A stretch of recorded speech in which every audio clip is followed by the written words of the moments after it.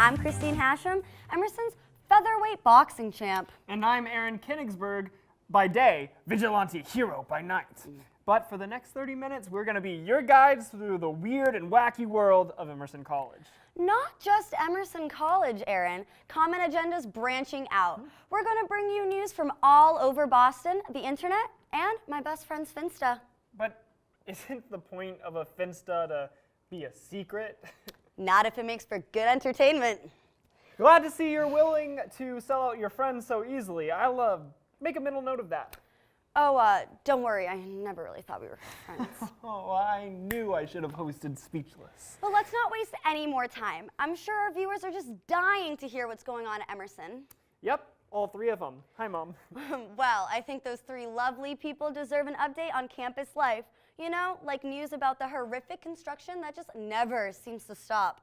And speaking of construction, scaffolding isn't the only thing keeping me from my mediocre pizza and greasy mozzarella sticks lately. Really? What else is getting in the way? Well, Center Stage has some new hours and they're pretty funky. Haven't heard anyone say funky in like 25 years, but okay, tell me about it. Well, apparently Center Stage has started closing at midnight, but it started happening with no warning whatsoever.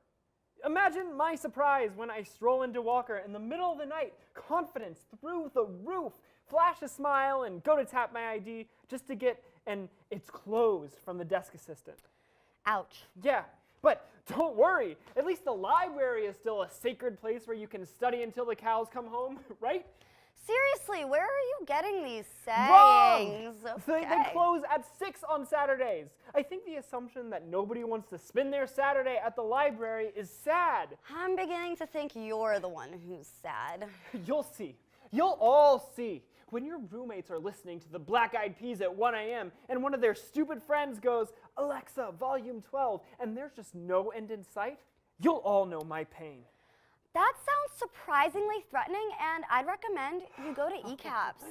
Oh, Chrissy. Can I call you Chrissy? Please don't. Sweet, sweet Chrissy. ECAPS can't help us now. We're too far gone. And also, they're closed on weekends. Really? What if you've got a serious issue or, you know, you're depressed? That's easy. Just don't.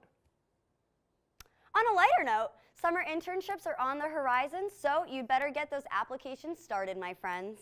That's right. I know it's tough out there finding an internship. LA campus, make some noise.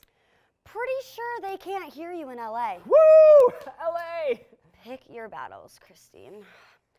If you're scrambling for an internship, don't worry. At Common Agenda, we have your interests at heart. So we've dug up a couple of internships just for you, free of charge. It's actually our summer internship to help other people find their summer internships.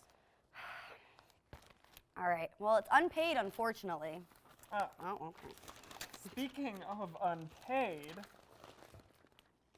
this one right here. Our first internship offers no financial compensation, but the skills you'll learn on the job are priceless.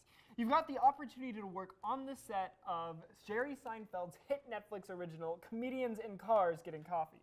Wait, really? That's actually so cool. What's the job? Students will be playing the part of the car. Wait, so Yeah, comedians in you getting coffee. how does that even work? Okay. Well, what about this next one? A job on the set of Hotel Transylvania 3. Aren't those movies animated? Why would they need you there? It says that you would be Adam Sandler's babysitter. Oh, well, as much as that job needs to be done, I don't think it's for me. Anything else? The only other one here is, wait a minute. This is an ad for the new hosts of Common Agenda. Wait, what is this? Is this real? That must have been from last season. Right, obviously. Now, for reasons that will go undisclosed, Aaron and I have found ourselves in possession of 2 high-tech walkie-talkies recently. Yes, that's right, Christine. And although our intentions initially were to conduct espionage on Boston's most high-ticket doggos, eventually hoping to dognap said doggos and create a black market puppy trafficking ring. Yeah, as I was saying, for reasons that will go undisclosed, we found out that the walkie-talkie channels for the team in charge of LB's construction are wide open. Yep, so we've been doing some eavesdropping, which is totally legal. I know, my dad's a lawyer. You told me he was a realtor. Christine, realtors are just richer lawyers. Don't worry, his ethics are still very questionable. I guess the apple doesn't fall far from the tree. Anyway, here are some of the best things we've heard the construction team say on their walkie-talkie channel. All right, cool. I'll start. I heard one say, if you can fight through the pain, asbestos poisoning actually gives you a really nice high. Oh, nice. I'll have to try that sometime. Oh, here's one. Do they know their water pipes are made completely out of lead? Wow, time to invest in a Brita, I guess. Here's a nice little dialogue, it's right there, that I heard. I'll read for Randy and you can read for Bill. Sounds good. Hey, is Jeff okay? Yeah, he's good. He's just a little messed up off of the asbestos. Yeah, aren't we all? Still, I don't think cartwheeling is a good idea up here. Actually, those are round-offs they're really hard to do. Oh no! Vernon, no! And then there was an audible crash and some light applause. Geez, R.I.P. Vernon, I guess. The world of construction is harsh and unforgiving, and full of very talented gymnasts, apparently. Well, we have to take a quick break, but we'll be right back with the multi-talented Aiden Watt and some special guests. Stick around.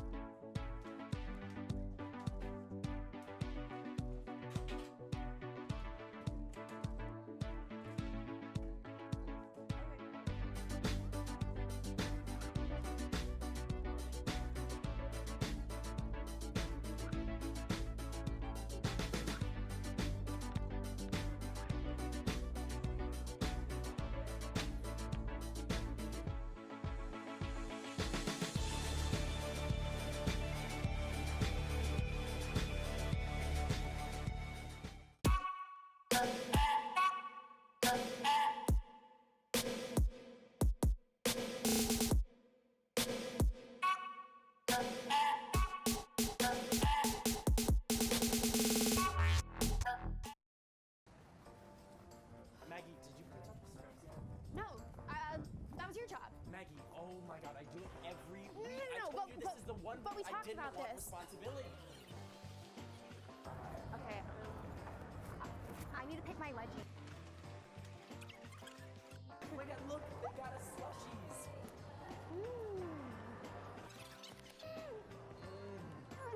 Brain freeze. Oh my god, we're here. He's queer. Now get used to it. Come on, give me my mic. Mic me. Hi, I'm Christian Mudrick. And I'm Maggie Morlap And you're watching Real Reactions. on the Emerson channel. Hi, I'm Aaron Kenigsberg, host of EIV's The Dish. Tune in every Friday for your chance to see what kind of bow tie I pulled out of my closet today.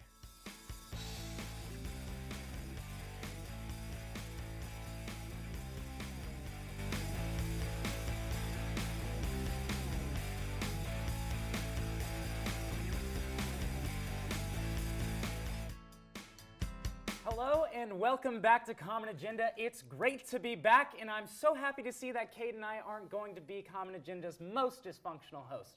I swear it has something to do with the lights. Anyway, I'm here with Tara Leonetti and Greg Massimino Garcia. They're both members of NISLA here on Emerson campus, and they'll be putting on a silent disco here at Emerson, and it's great to meet you guys. I guess tell me a little bit about yourselves and your involvement with NISLA here on campus. Yeah, so I'm the vice president of NISLA, which stands for National Student Speech Language Hearing Association. It's a little bit of a mouthful. I am majoring in communication disorders at Emerson, and basically our organization is for anyone in the Emerson community to get involved in raising awareness and kind of like raising money and awareness for organizations that help people with communication disorders.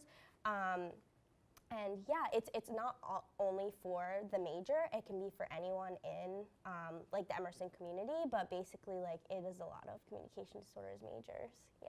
Yeah, like I'm the treasurer, but I'm also a communication disorders major, so it's a small knit group. Yeah, well, that's really cool. I guess so. You guys have the idea of putting on a silent disco in the next month or so. Yeah. So a silent disco is basically an event for specifically for people who have sensory issues, and it's where the lights are dimmed and the sound, and everyone's going to be wearing headphones, and they can choose like the volume on their headphones for the music, and it's basically a sensory-friendly dance, which is really exciting. Yeah. Yeah, we got the idea from like European music festivals. Like they often do it where it's like you have different like genres of music playing on like different stations or channels on the headsets. Then you can like choose whichever one you want to listen to. So we kind of did a riff on it. Yeah, that's so cool. What can people expect, I guess, going to the silent disco? Yeah, so it's going to be on April 6th in the Cabaret Theater, or the Cabaret at Emerson. And it's basically, we're going to have 2 rooms. One room is the dancing room. Everyone gets their own pair of headphones that we're going to provide for them. And they're really nice. We got them like from a company. And there's going to be a few different channels. So each channel will have a different genre of music. So for example, one channel will be like throwback music that everyone can dance to, and then one station will be like slow dance music. So it'll be really cool to kind of just look around and see everyone dancing to different things. The lights won't be like super flashy or overwhelming, but they will still be like cool and colorful, and it'll be like silent in the room besides the people like moving around, which will be nice because if people can like get overwhelmed, they can take off their headphones. And there will also be a separate room where we'll have food and a photo booth, and we have like really cool props for it, so we're really excited. Yeah, that sounds amazing. What other works has NISLA done around campus? And I guess Yeah, so like I've been part of the org for like a couple of years now. So every year we do lots of different walks. So we always do like the walk for Alzheimer, walk for like hearing and deafness, Parkinson's, things like that. During like the holiday season, we always try to make like cards for like nursing centers and things like that for people that don't have like support systems or family members to like come and visit them, just to, like kind of like spread some holiday cheer. Yeah. Last year we did this big project called Vocal ID. So for people that use like different like communication devices like iPads or things like that, it helps them create their own voice, kind of like you record your own voice, it processes it through like different system, and then like the person that can't speak now has like their own special different voice instead of just like a computer generated one. Yeah, that's amazing.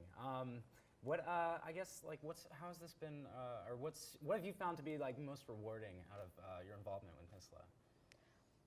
Specifically with NISLA, it's been really great to talk to other people in communication disorders because we are such a small major, and kind of learn more about all the different things that people with communication disorders like are involved in, or like what like issues or conditions that they might have. Like there's such a wide range. Like for example, like we work with like educational organizations, like the Walk to End Alzheimer's, and also like people like who have cerebral palsy, people like with autism, like all like people in the community, which is super interesting to learn about.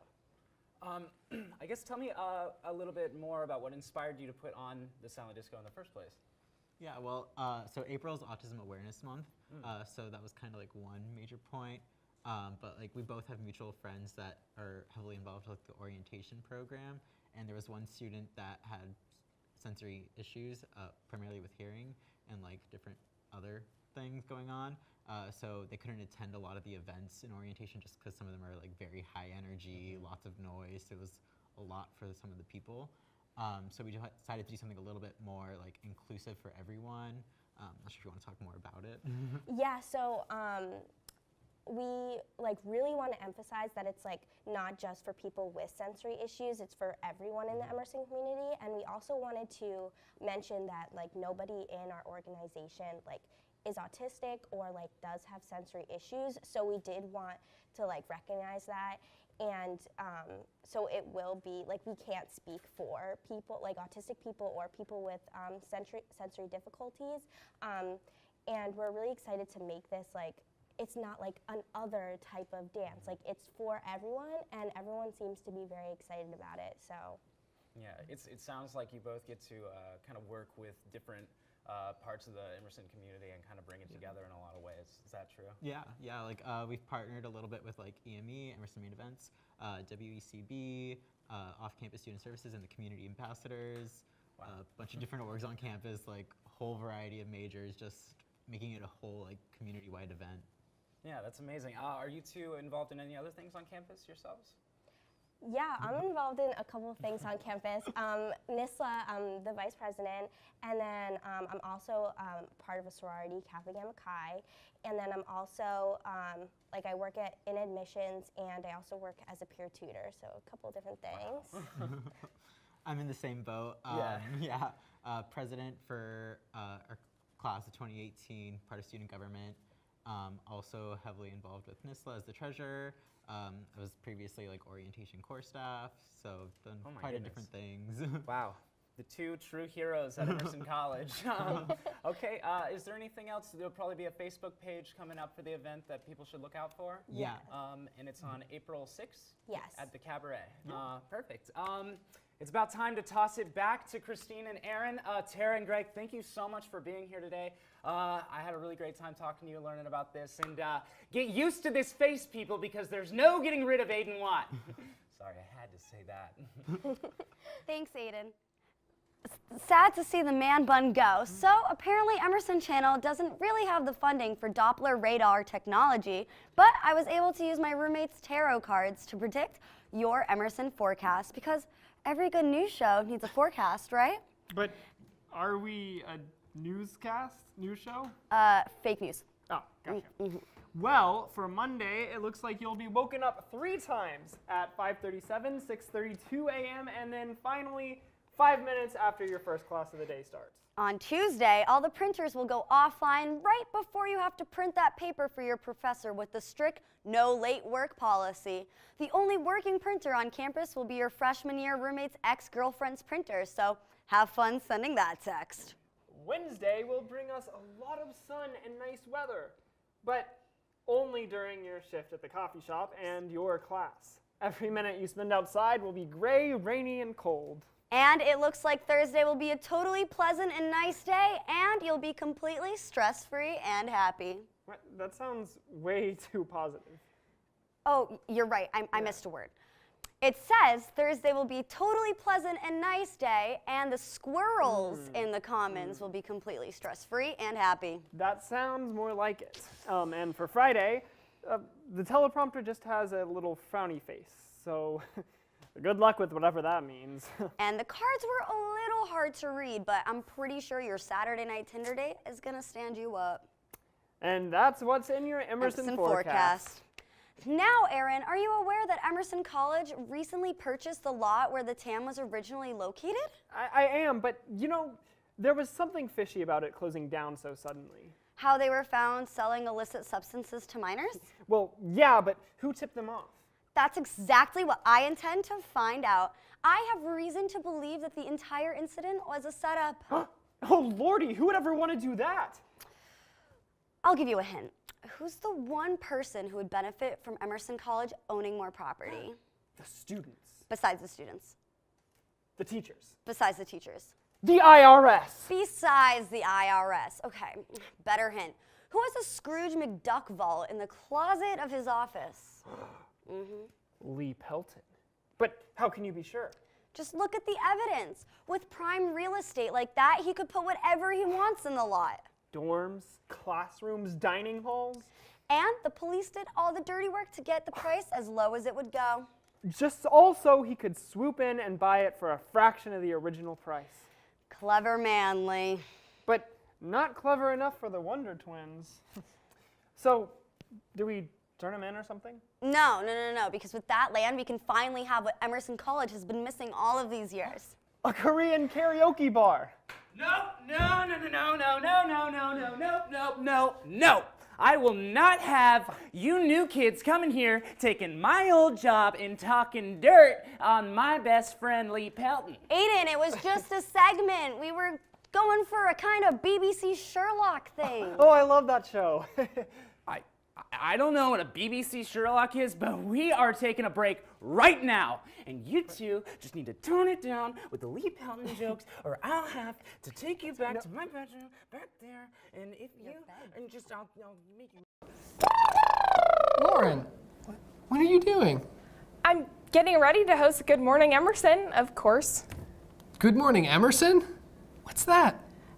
It's the best morning show ever that's on Tuesday and Thursday at 9 a.m. Wow, how can I work on this? Yeah, let's get going.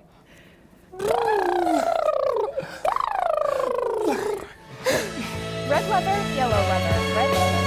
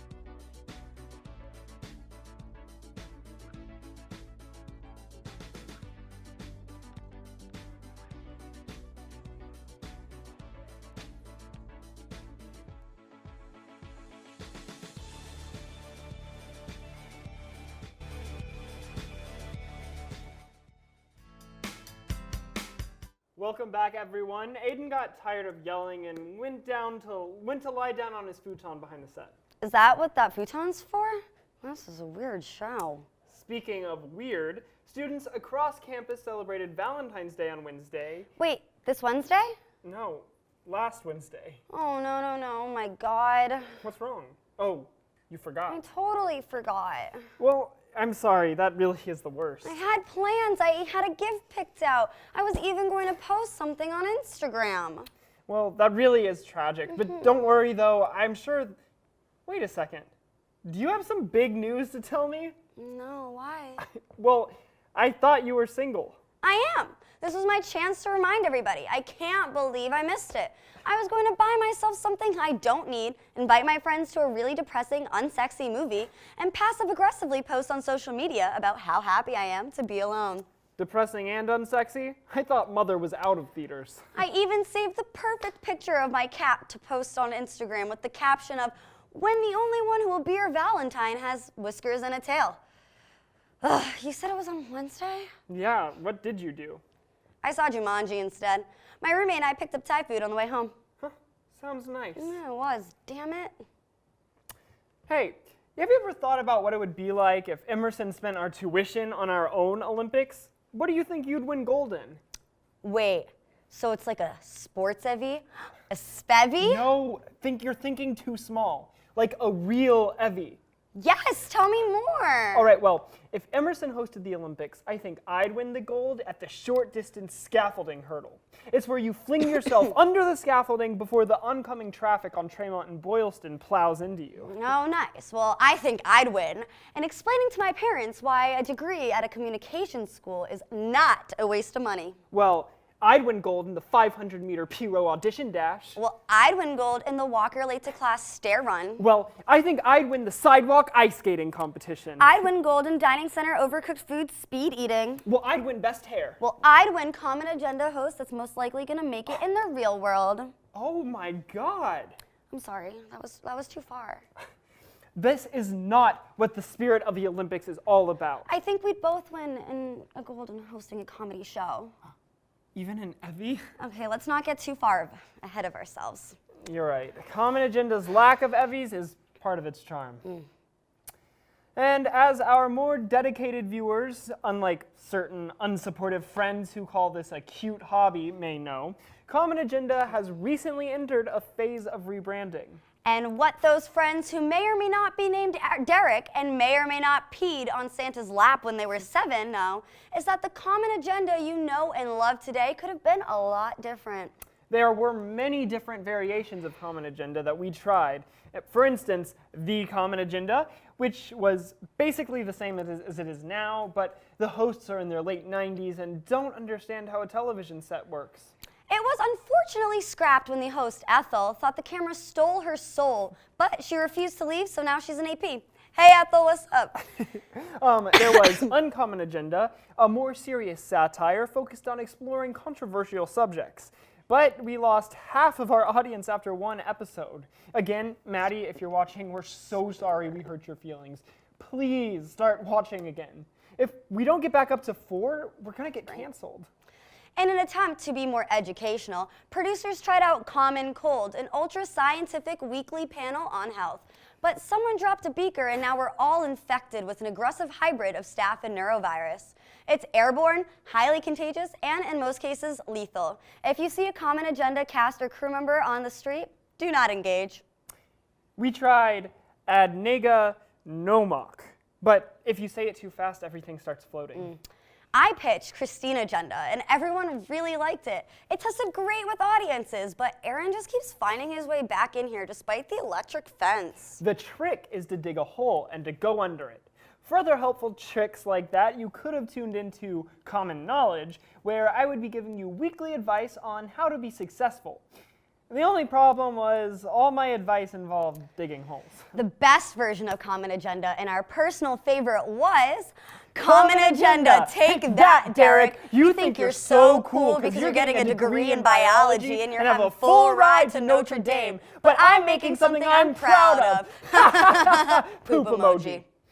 It was basically this exact same show, but the title was a little different and the logo was just Derek with devil horns and a mustache. Honestly, I kind of preferred it to the generic purple building. Well, that's all the time we have, folks. We hope you enjoyed the first episode of our new spring season. It's still got that new car smell and everything. Tune in next week for a special digital short starring Aiden Watt and our new mystery actor. Ooh, what makes him a mystery? No one's ever heard of him. Well, have a great weekend, everyone. See you next week. Stay common.